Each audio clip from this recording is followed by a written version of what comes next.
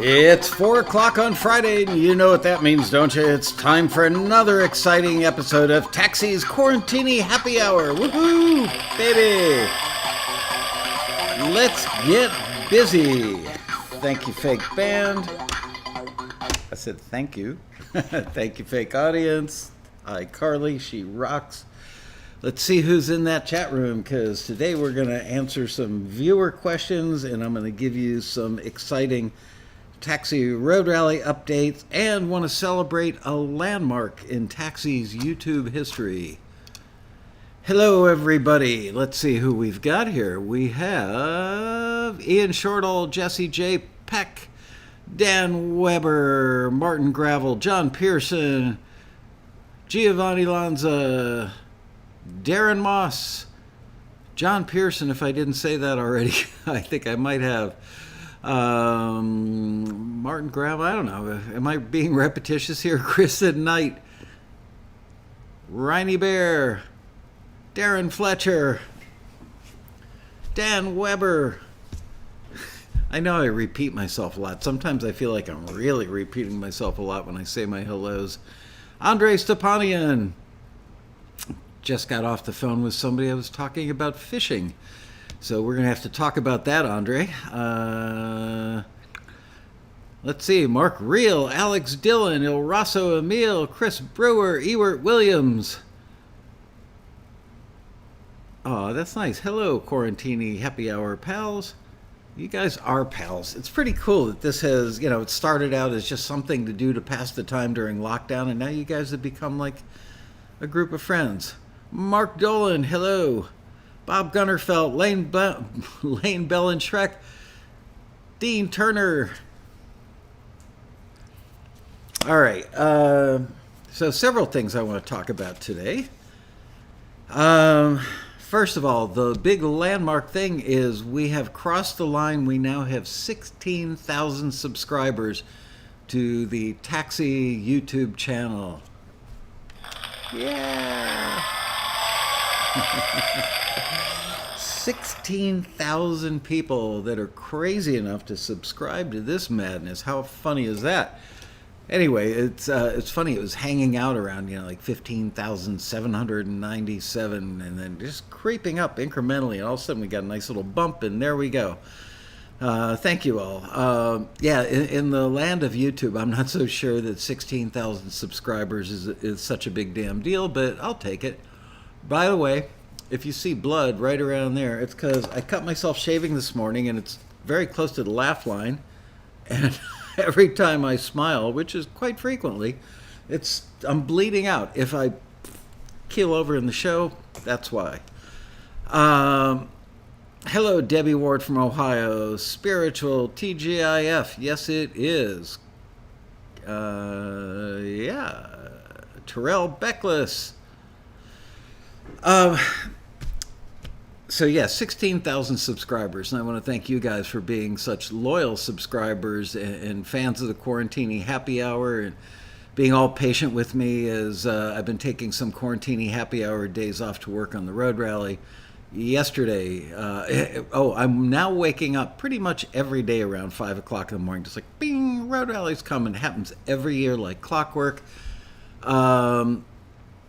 It's coming together. Yesterday, I spent a good long day from 7 a.m. until probably 11 p.m. last night working on road rally stuff.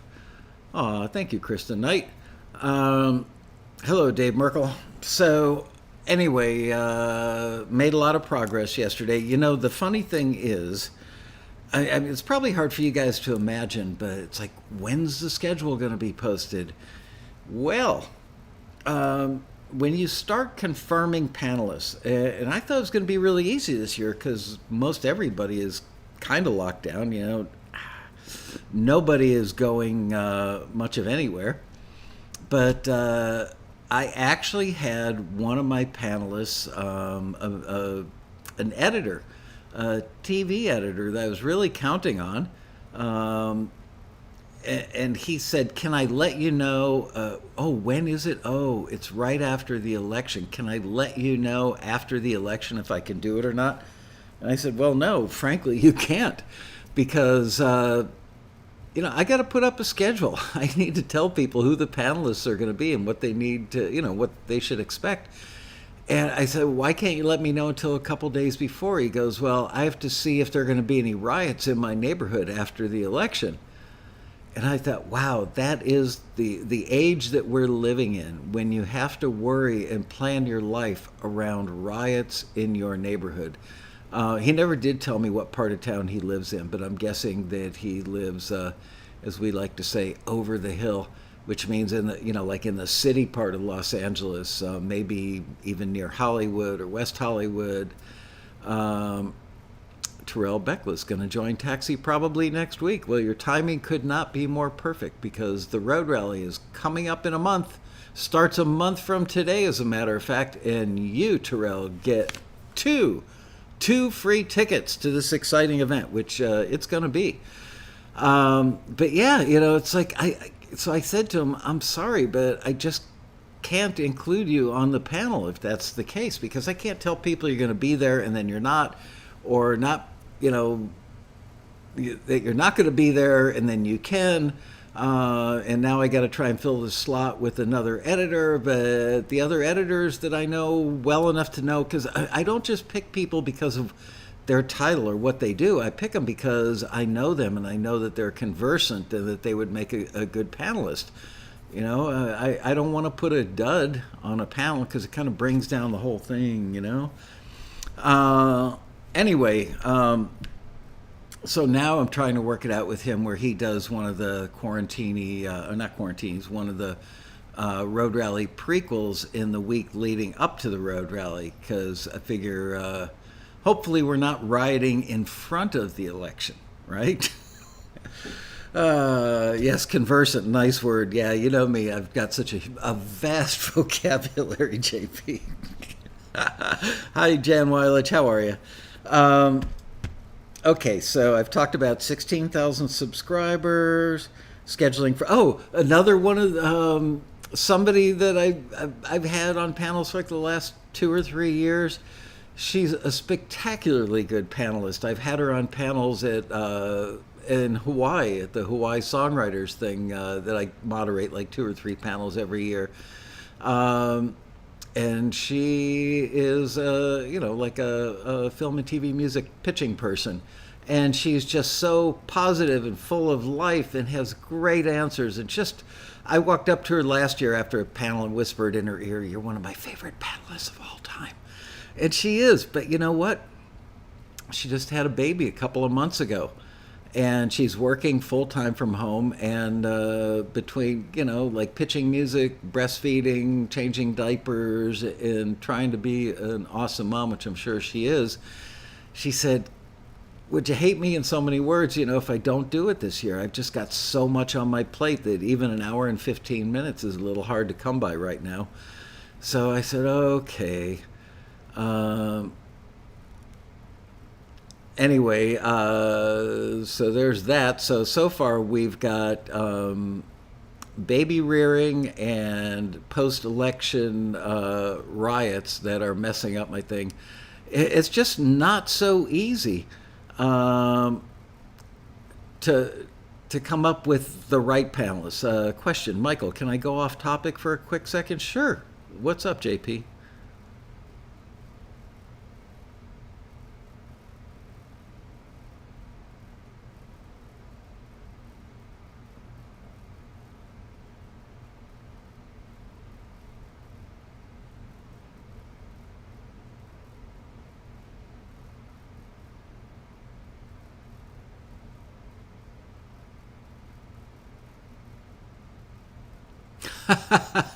Are there any pop vocalist writers signed up to a certain library's custom briefs? I can't be specific because there's an NDA.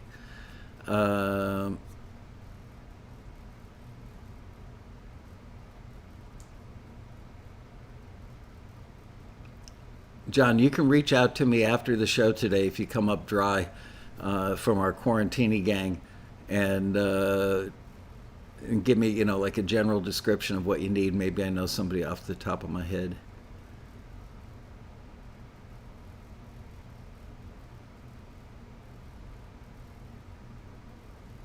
Oh, so the pop vocalist writers. Oh,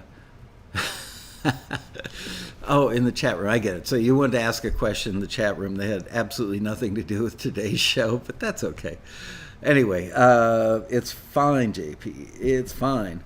So that's the scheduling for the rally, but I made tremendous progress, and I'm frankly now on the first half of Sunday. So I've got Friday lockdown, I've got Saturday lockdown, I've got the most of Sunday morning lockdown. Um, I'm getting there. And don't forget, I'm also starting to schedule classes for the prequels, which will be on the Monday, Tuesday, Wednesday, and Thursday leading up to the road rally. So that takes me. Oh, I want to go back for a second. I will talk about the prequels in a second. The road rally listings that we put out the other day, I think they came out yesterday or the day before, for the panels for people who want their music to basically go into the electronic hat, and we've got a little computer program that just spits out random numbers, kind of like bingo or something. And that's how we do. So we look at, number 16 on the playlist. If 16 comes up from the randomizer, then we play track 16. So everybody's got a fair and equal chance. I think we've got 5 different panels that you could potentially be played on. Anyway, the listings came out, and one of them was for the happy ending panel, which we call it the happy ending. Obviously, there's a play on words there, but it's because we're happy that the road rally is ending and hopefully ended successfully every year. So that's why we call it the happy ending. We're all kind of exhausted but elated at the end of the rally. So we called it the happy ending panel. So somebody wrote into, I believe, the member services email address today and said something about writing songs for happy ending. And that person took it to mean that the songs had to have like a story with a happy ending. It's like, no. That was a first, gotta say. Oh, man. That's when the panel gets tipsy, yeah.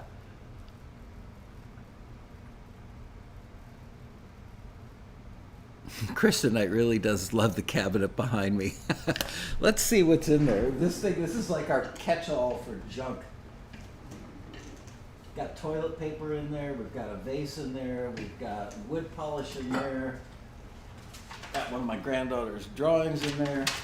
And here's the coolest thing we have in here. You've seen them advertised on TV. I actually went out and bought a half a dozen of them. Ta-da! But don't buy them from the TV commercial. I actually went online, instead of paying like $19.95 a piece for these. I think I got 6 of them for $30 like a year ago. Anyway, this one is from E-Tech City, E-T-E-K City. It's a collapsible LED lantern, model number CL10, which probably stands for collapsible lantern, wouldn't you think? Anyway, that's the kind of stuff. Crap. That's what we keep in that fancy cabinet. Anyway, yeah, I bought half a dozen of them. I think I gave a couple of them to my kids, my older kids, and then scattered the other 4 around the house. No, didn't have a custom painted. That thing is actually an antique. We had purchased something at an Asian furniture store like 20 years ago, I think. And whatever it was we purchased didn't really work in the house. We took it back, and obviously they weren't too quick to give us a refund, but they gave us a store credit. They had that thing there, and my wife and I both fell in love with it. And it was a little expensive, but not like, oh my gosh, I can't believe you spent $10,000 on that. I want to say it was like $800 or something, but it's very rickety.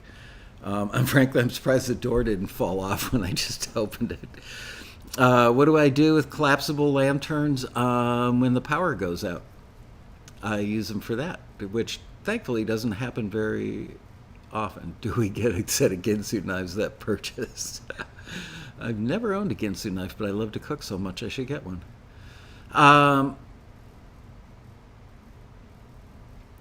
So if somebody breaks into your house and only steals that, it wasn't me. Thanks, Kristen. Good to know. Uh, yeah, they're actually, I mean, $5 a piece for those things, and they're great. I mean, we have had a couple of times since I purchased them that the power has gone out, and it's just so much better than having a flashlight. That I mean, flashlights are great if you need to look at something specific, but if you just want to give enough light in a room where, you're not going to fall over something, or you're just going to hang out and play cards till the power comes back on, um, that's they're very handy for that. So there you go. So when you hear the vases fall on the ground, the CL is not far. The CL, oh, the collapsible lantern. Yes, exactly. Uh, Lagrange Music says Linguini Martini. I'll add to that. Linguini Martini Quarantini. Okay, so that's that.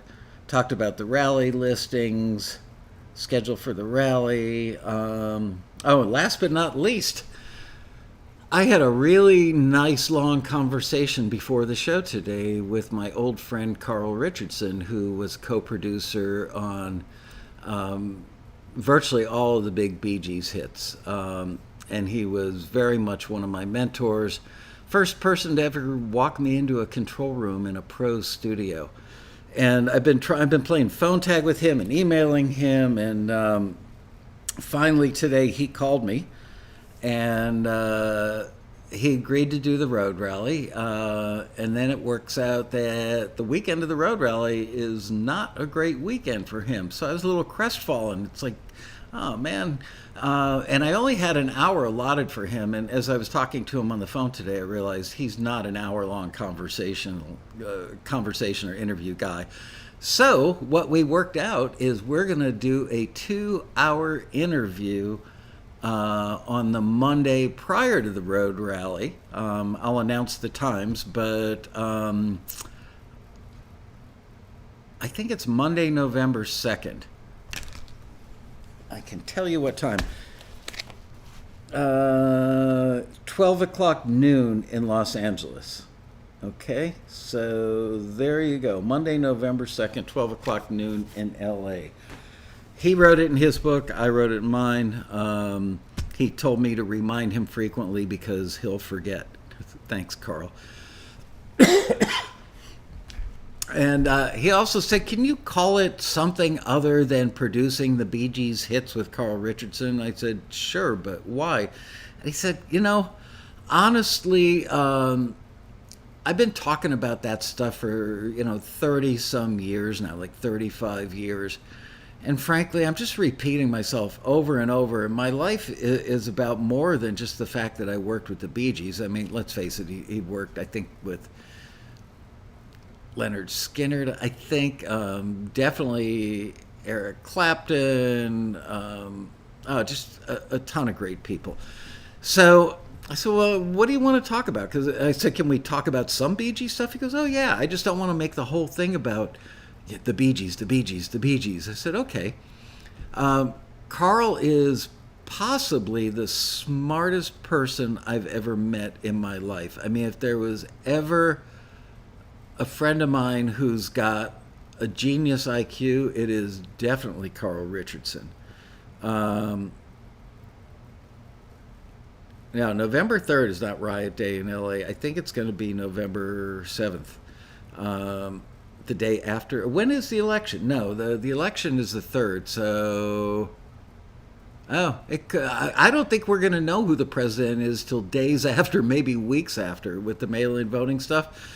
I think it could be a bit of a train wreck. If they handle the ballots anything like the DMV handles you're getting your new license, I expect we're not going to know who the president is for days after. Anyway, here, let me look up and see who Carl has worked with.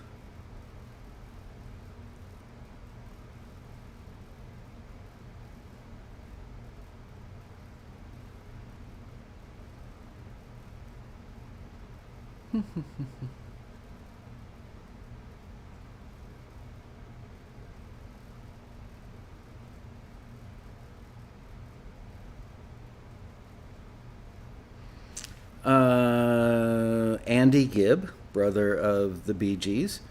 The Bee Gees, Kenny Rogers, Blues Image, Dr. John. I actually did a one-day session with Carl. Dr. John's real name was Mac Rabenak. Roy Buchanan, Billy Valentine, the Bee Gees, Dolly Parton, Frankie Valli, Diana Ross, Eric Clapton. Remember the song "We Love the Nightlife"? I can't remember who the artist was in that, but he worked on that. Was that? I don't know.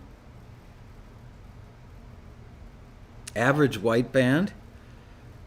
I actually got to do a one-night remote of the Average White Band with Carl, and we took the recording console. This is before inline consoles as we know them today existed, and so we had to actually take a big, like 1,000-pound recording console out of Criteria on, like pallets with wheels on them, loaded into a big Hertz rental truck, take it to the venue, wheel it in, take out seats in the auditorium, all kinds of stuff.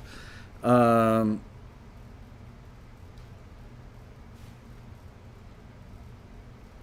see. Barbra Streisand, Kokomo, Ohio Players, Firefall, which I worked on. That was the first record where I was a full-fledged assistant engineer working with Carl. Tito Puente,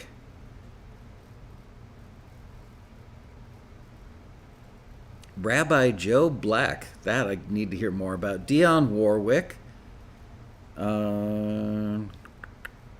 Tabitha Secret. Tabitha Secret became somebody else. Liz, can you look that up, please? Some other famous band. They started out as Tabitha Secret. I actually saw them in Washington, D.C. play a gig when they were still Tabitha Secret.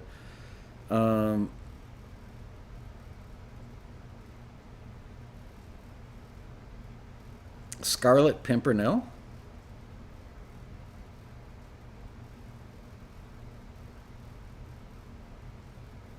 Jekyll and Hyde, the original Broadway cast. Man, this is a very long list.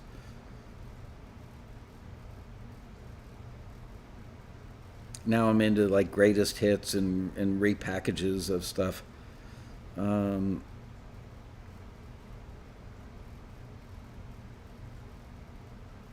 China Sky, not sure who that one is. I'm going to be here. Oh, Franny Gold. Wow. One of the great songwriters. Mike Panera, who was in Blues Image. Remember, Ride, Captain, Ride? Matchbox 20, that's right. Tabitha Secret was became Matchbox 20. Much better name than Tabitha Secret, I think, personally.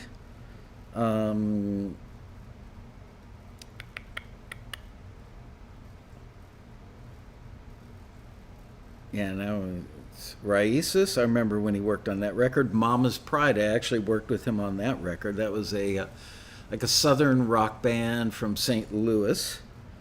Electric Flag, Bill Wyman, White Witch, Greg Allman,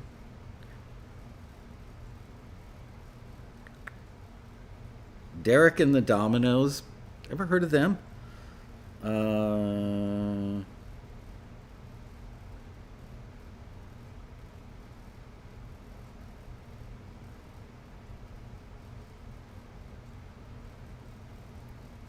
Sorry, I'm into this list of,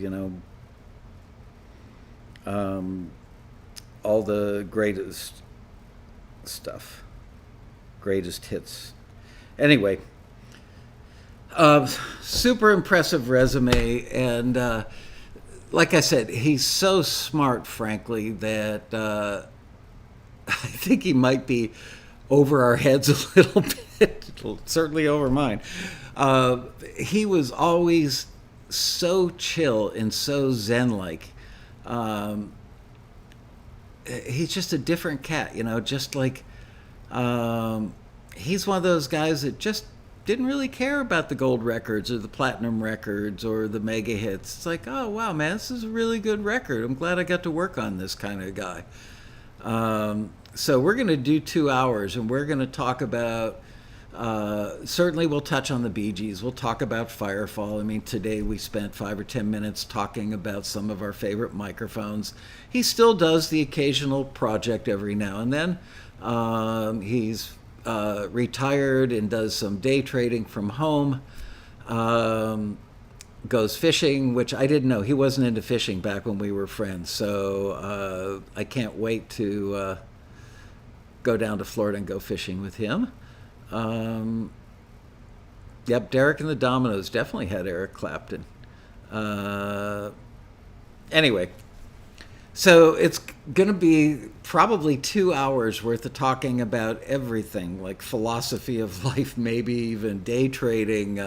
He's into futures and other complicated stuff.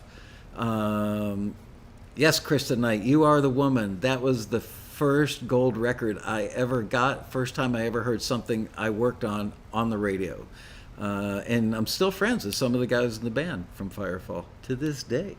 So anyway, that's exciting. Monday, November 2nd, Carl Richardson, a very long, winding conversation that will definitely talk about the hits, but talk about everything. I'm going to ask him stuff like his production philosophy. Was he a guy that brought his brand or his sound to records? Was he influenced as much as I was by working with Tom Dowd, which many of us at Criteria did?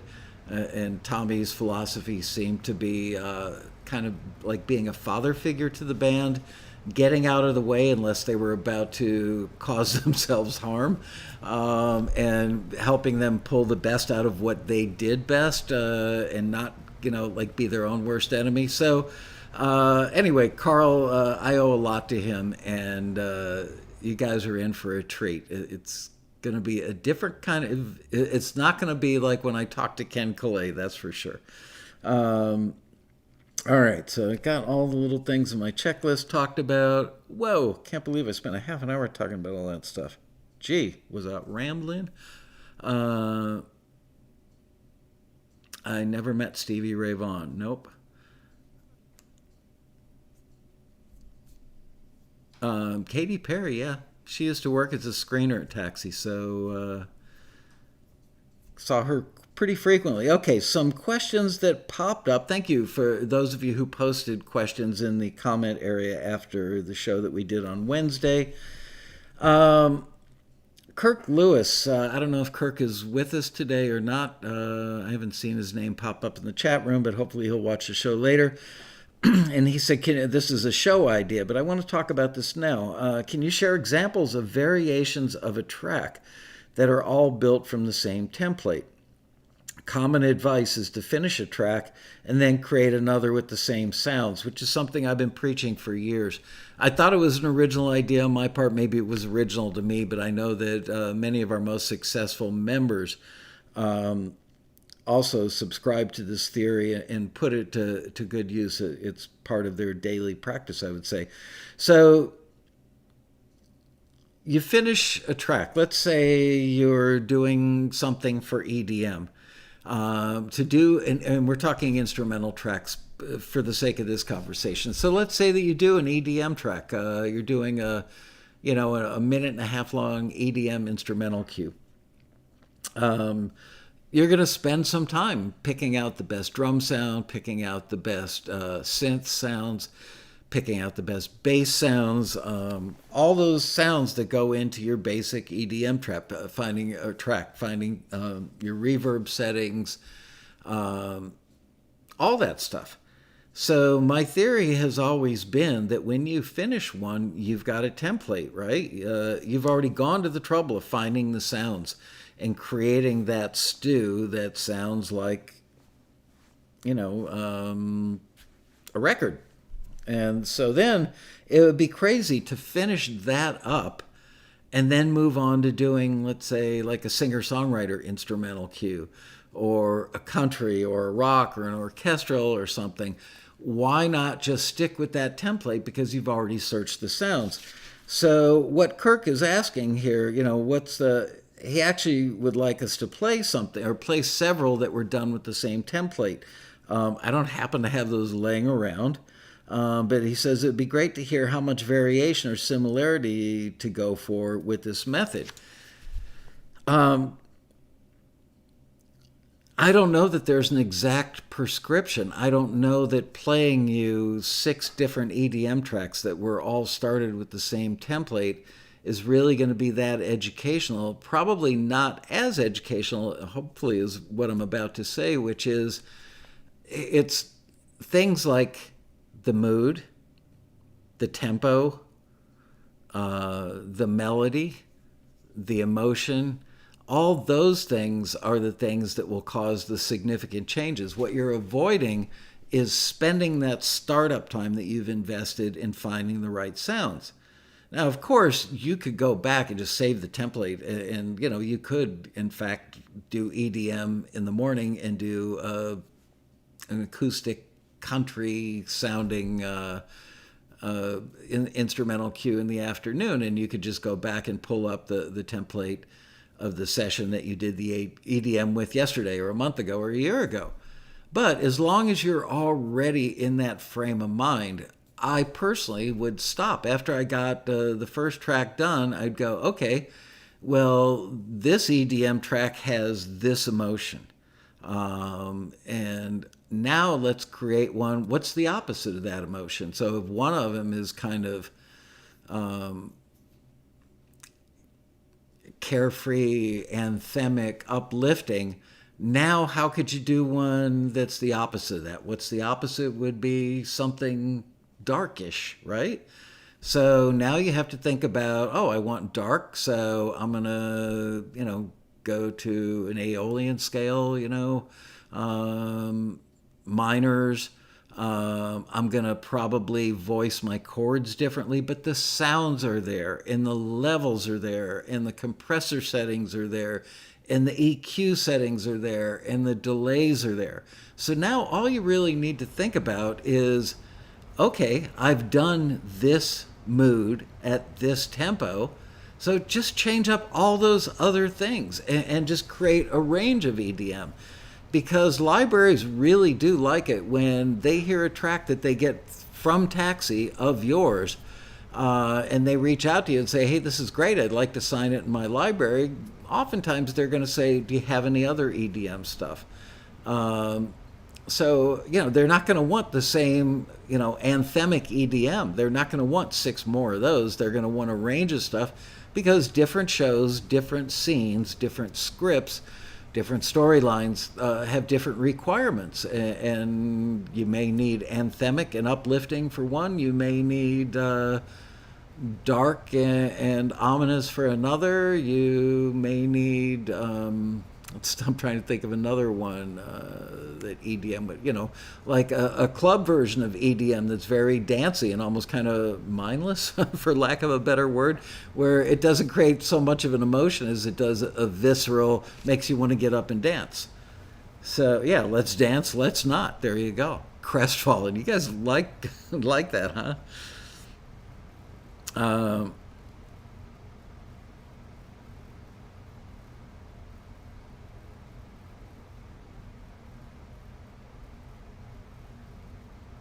Yeah, Darren Fletcher says, go listen to some of the Matt Vanderbo Q albums. He's a template master. Well, there you go. That's a great suggestion.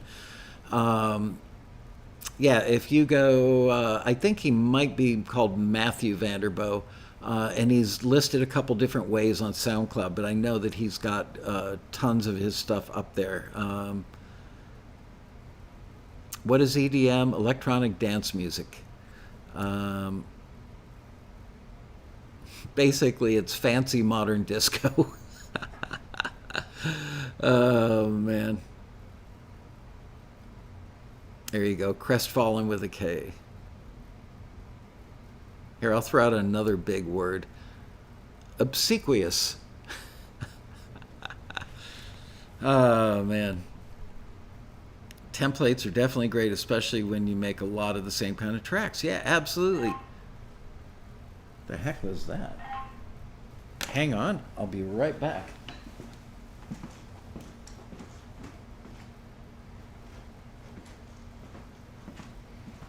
Oh, look, did my wife leave her phone here? Why, yes, she did. Does she always leave it on 10? Yes, she does. I eschew EDM. Well, bless you. Oh, in short, all great minds think alike, buddy. He got that too. There's someone inside the cabinet. I hope not. All right. Advanced gopher detector. Yeah, no gophers. Last few days, no gophers. I've got the trap set out there. No gophers, no squirrels, no giant zucchini. It's been fairly quiet here at Laskow Family Farms. All right, so let's move on. Akira Canyon suggested a show topic. And I think that we can make it part of the discussion today. I don't know if I could do. I guess I could do a whole show on this, but let's talk about it a little. Akira, are you here today? Or are you taking a day off? No crows today so far either. Yeah, it's like all the wildlife has gone somewhere this week. I think the crows are hiding because Halloween is coming up, and none of them want to be stuffed crows, for like somebody's. And no hawks. Crows are good. When you stuff them, you can like mount them on your front porch next to that little pumpkin filled with candy. Nobody's going to be trick-or-treating this year, though. Yeah, notice the cab. I was giving the cab an oil change right before the show today. Notice that the hood is up. Oh, Akira's there. Hey. So thank you for writing this. Akira says, I've been reading several books that were mentioned on the show, and each author adds valuable techniques and perspectives for writing and creating music. From the artist mindset, Stephen Pressfield, to reverse engineering genres, Dean Krippain, to lyrics, Robin Frederick, to music production from Steve Barden. To me, one common theme for all music creation is expressing emotion through music. Maybe ML could talk about how to use audio engineering to enhance different emotions or feelings in sound.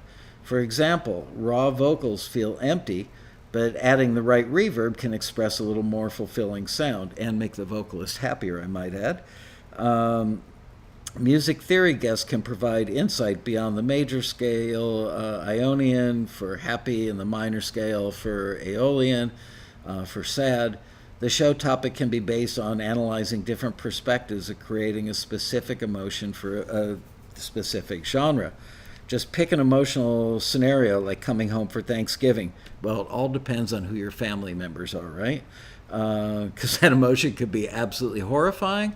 Thank God this year Thanksgiving is after the election.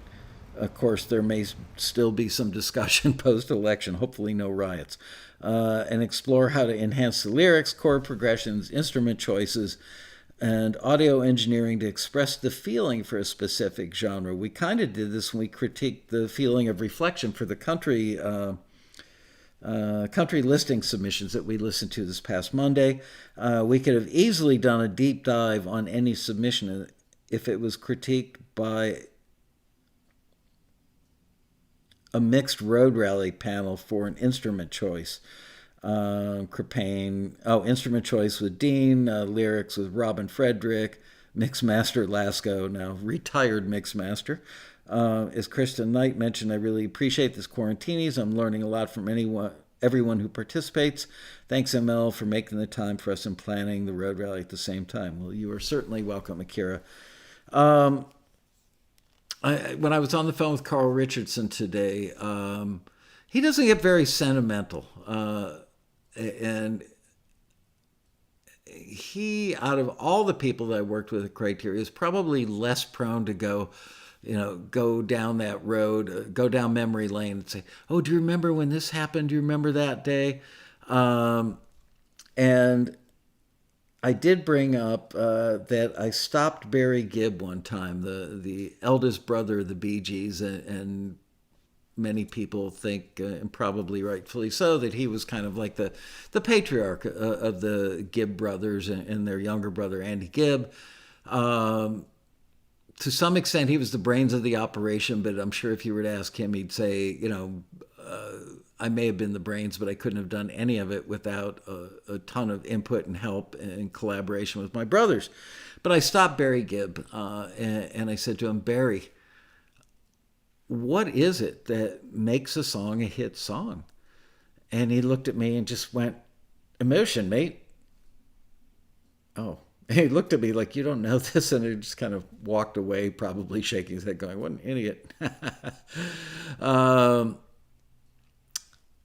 So emotion is very important, and there's so many different ways that you can affect the emotion. Shirley and I have spent quite a bit of time talking about just the way a chord is voiced. Just dropping a note out of a chord, or adding a ninth to something. All these little things sometimes subtly contribute to the emotion.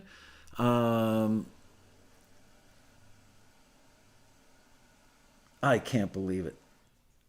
Just had the plumber come out a second time today to fix the toilet in the bathroom right over there, and it's still running.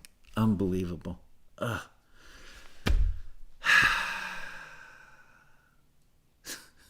I'm going to take Carl Richardson's advice and be Zen-like. Anyway, I think we could probably do... It's too late to put together a panel for that, I think, for the rally. I've got one slot open, but I'm holding it for something. Let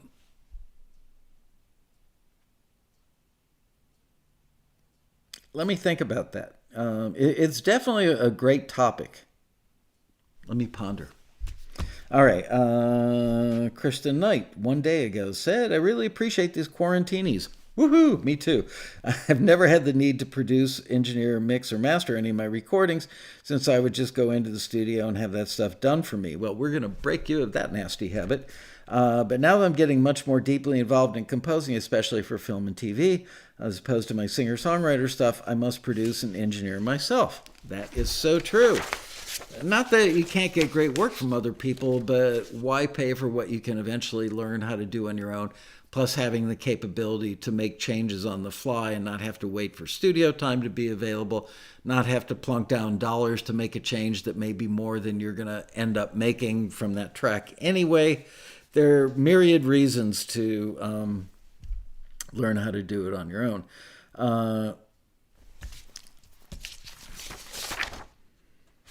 It's daunting, but with these talented professionals who are also caring and supportive, not to mention incredibly funny and witty, she's talking about you guys, I feel like I can accomplish my goals. I'm absolutely certain of it. Just by showing up here tells me that that you're motivated to do it.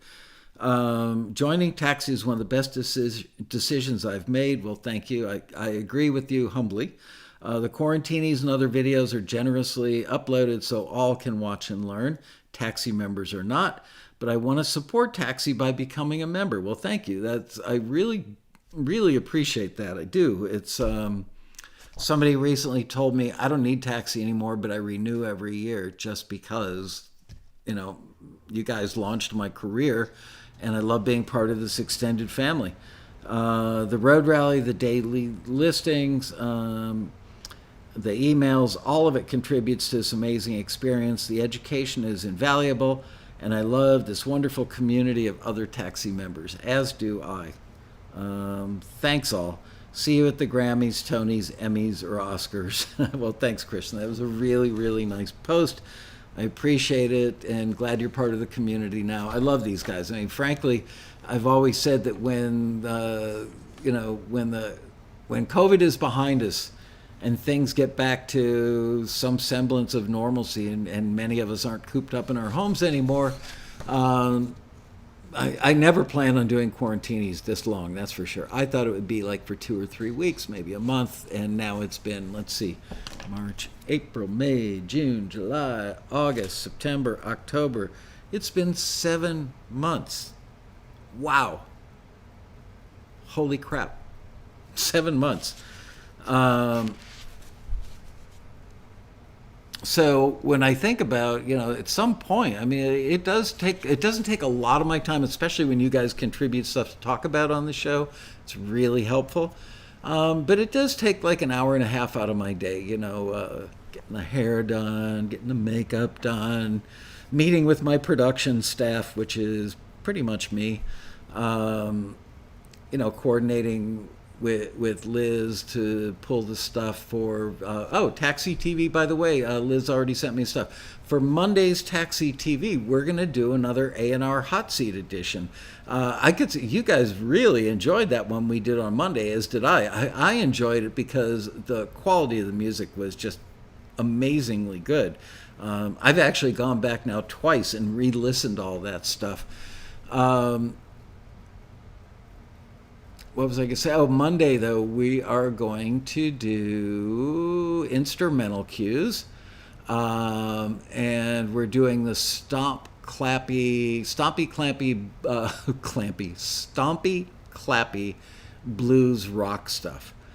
Surprisingly, we didn't get a lot of submissions for that. We've noticed that people are saying, well, you guys have so many instrumental listings in Taxi Dispatch, but not that many in the regular listings. So I implored the folks in the A&R department to make a point of hitting people up when they're on the phone or exchanging emails with them, and a library asks for a song, say, hey, by the way, do you need anything instrumentally? So we have seen a nice little uptick in the amount of instrumental tracks being requested lately, and surprisingly, fairly low submission numbers. And it's really, really, really, it's the word, there's no competition for this stuff, but here's where the competition aspect comes in. It's not competition amongst Taxi members at Taxi. The competition is when you get to the library and they include your track in their catalog, and you are one of 32 tracks of something, or you're one of, for a really popular genre like dramedy, there might be 50 or 100 dramedy cues in there that are ranged from, like quirky, silly dramedy to mysterious dramedy, stuff like that. So the competition is when the editor is looking at the library, at the bucket of stuff in the library, and trying to pick a track for a particular scene or a particular edit. That's where the competition is, but there is no competition amongst Taxi members. So I will say, though, that when we run a listing that we think is a really good one, that a lot of people would be easily, that'd be easy for them to make music for, and it goes to the competition is also after it leaves Taxi, and the library owner is going to choose the tracks that they include in their catalog. So it's competitive there. So some of these listings, the people that are submitting and getting forwards are avoiding competition, not that they did it on purpose or by intent, but the competition when we get, Liz says 114 total submissions for the listing on Monday's show. So that means that I don't remember, and Liz, you don't have to post the number of forwards. We'll talk about it on Monday. But, let's say 15% of those were forwarded. Just pulling that number out of thin air. So whatever that is, that'd be roughly 16, 17 tracks that got forwarded. The competition then is if the library really only needs 5 of them. But you know what? Libraries aren't going to say, well, I only need 5.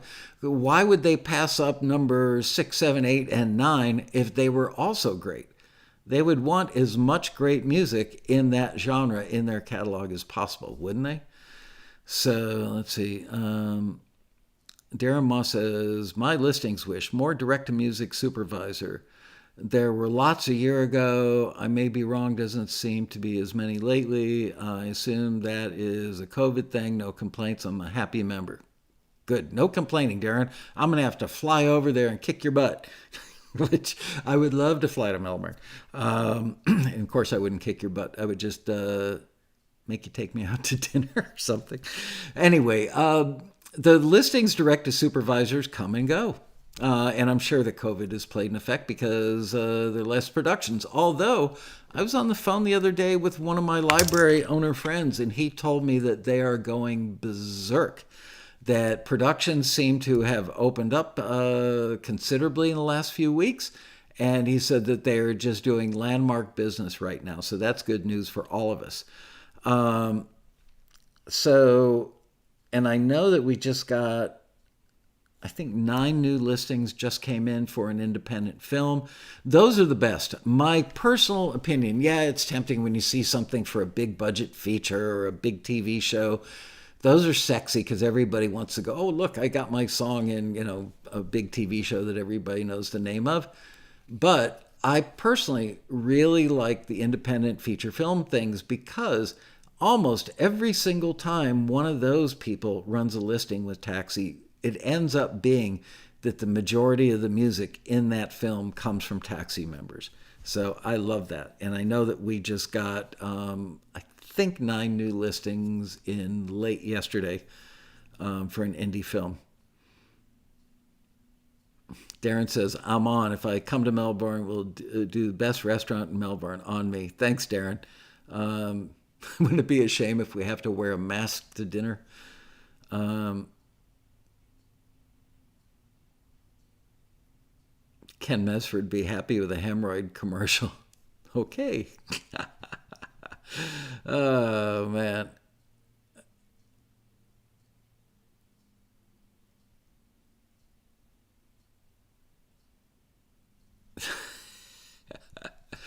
Anyway,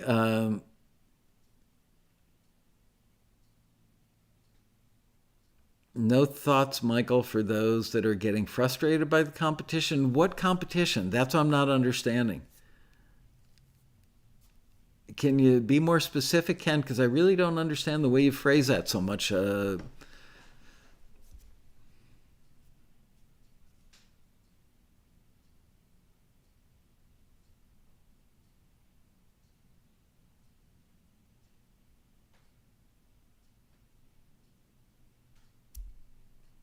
Oxidant commercial? Don't know that one.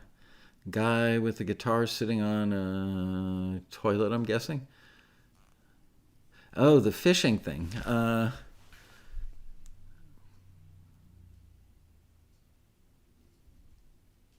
okay. So what you're saying, Ken, is the stuff you heard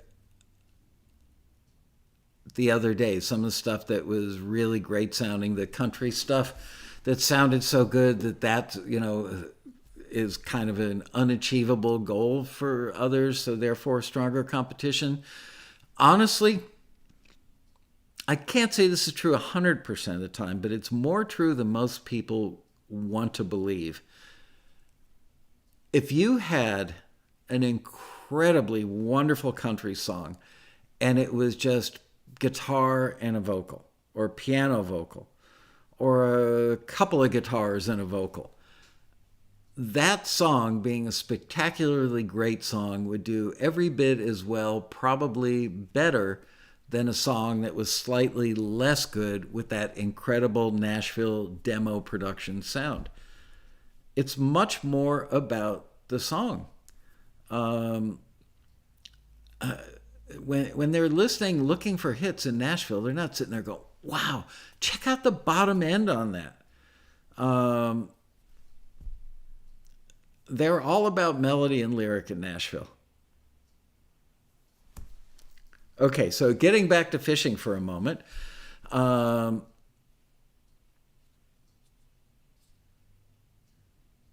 and then I'm going to go back to Ken Mesford. Fishing. So, yeah, Carl Richardson, my old buddy from my criteria days, I said to him, didn't you and Don Gaiman, Don being another one of my mentors at Criteria that I was lucky enough to see at the reunion last year, and they told me that they bought a boat together, which I found funny because Don lives in LA and Carl lives on the southeast coast of Florida. So I asked Carl today about the boat. I think it was a sailboat, if I remember correctly. He goes, "Oh, no, no, no, I don't do sailboats. I fish."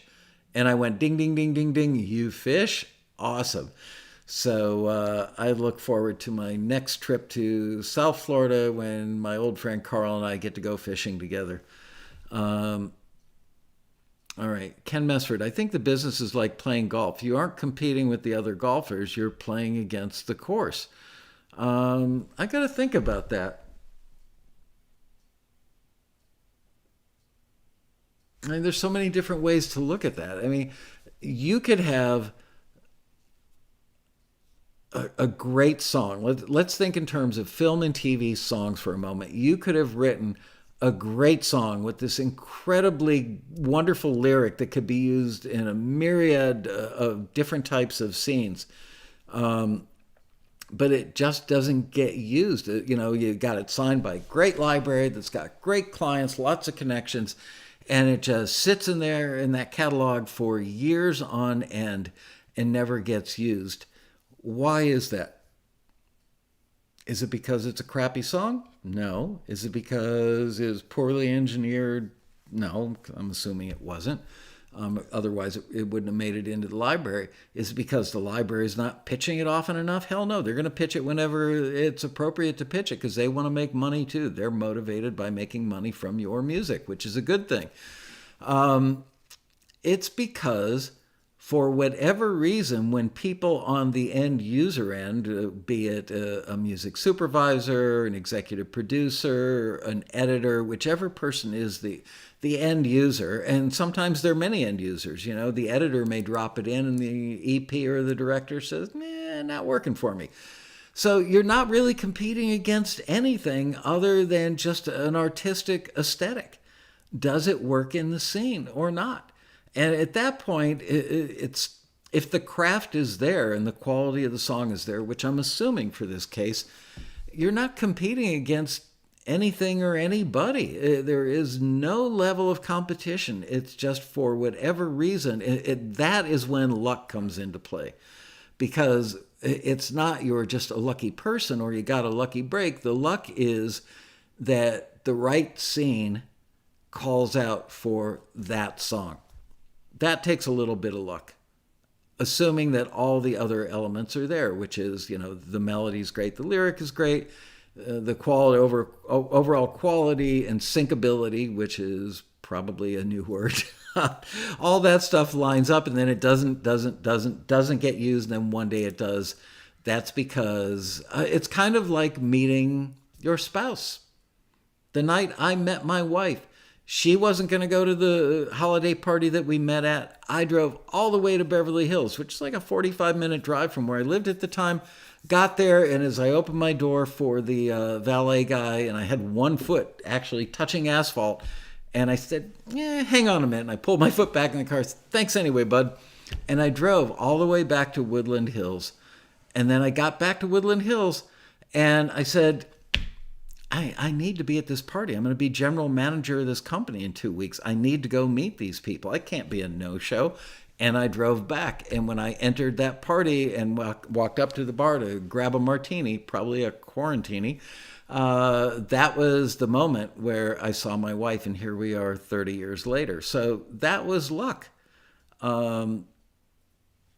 Did it have anything to do with the clothes I was wearing or how incredibly good looking I am or how incredibly charming I was at that moment?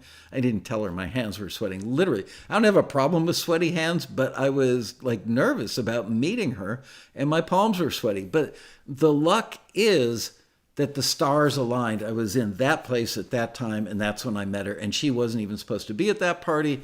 So there you go. That's luck. So Kristen Knight says, great example. Thank you, Kristen. She's my biggest fan today, and I appreciate that a bunch. John Hope, this is the funniest thing I've seen in the chat in a while. Wife and boat missing. Reward for boat. Yep, right place, right time. Yeah, there's luck involved in that, but it's not the kind of luck where people, it really upsets me when people say, oh yeah, submitting to Taxi is like playing the lottery. It's not, because you've got to have music. It's an assumption that the music has to be good and usable on all those different levels, the melody, the lyric, the rhythm, the engineering, the mixing, the production, all that stuff has to line up. And from that point, it's not a lottery when you get chosen by Taxi to be forwarded to a company. The lottery only comes into play, or the luck. It's not a lottery at all, because it's not a random piece of luck. It's like, I'm going to dip my hand into that bucket and pull out a song. Ooh, there's the lucky guy over there because it was his song. It's not like that. Something is chosen on the end user end because it works best in the scene. Right. Lottery you have no control over whatsoever. Exactly right. Andre, I could not agree with you more. I've said that to people a million times. You have all kinds of control over the music you make.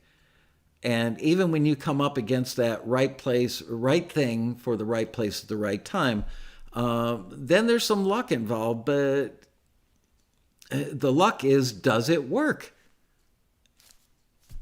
And you didn't know what the scene was when you wrote it. So then, there you go. Ken Bearden says, thanks, Michael. Although you play with the success of your members and not those trying. What? I need a translator for that one.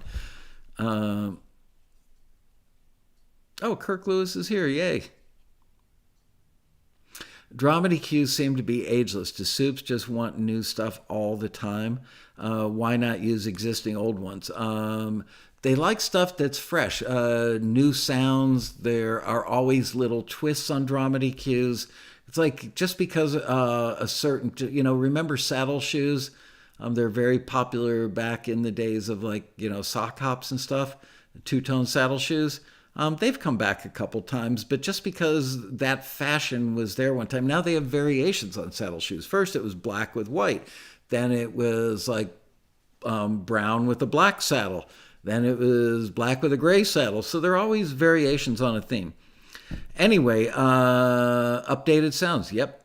It's 5:02. So, kids, our time is about up. Actually, it was up 2 minutes ago. So thank you. And thank you for those of you. Please keep them coming. Go in and stick your comments in there. It really helps me a lot. And I need all the help I can get right now with not investing a whole lot of prep time for the quarantini so that I can continue to at least do some of them on the lead up to the road rally. There you go. Have a great weekend. Make sure that you're back here at 4 o'clock on Monday so that you can sit in the A&R hot seat once again for bluesy, clappy, stompy, bluesy rock instrumental cues. All right, we're going to do that together. It'll be fun. And thank you guys. Have a great weekend. Stay out of trouble. Stay healthy. And bye-bye.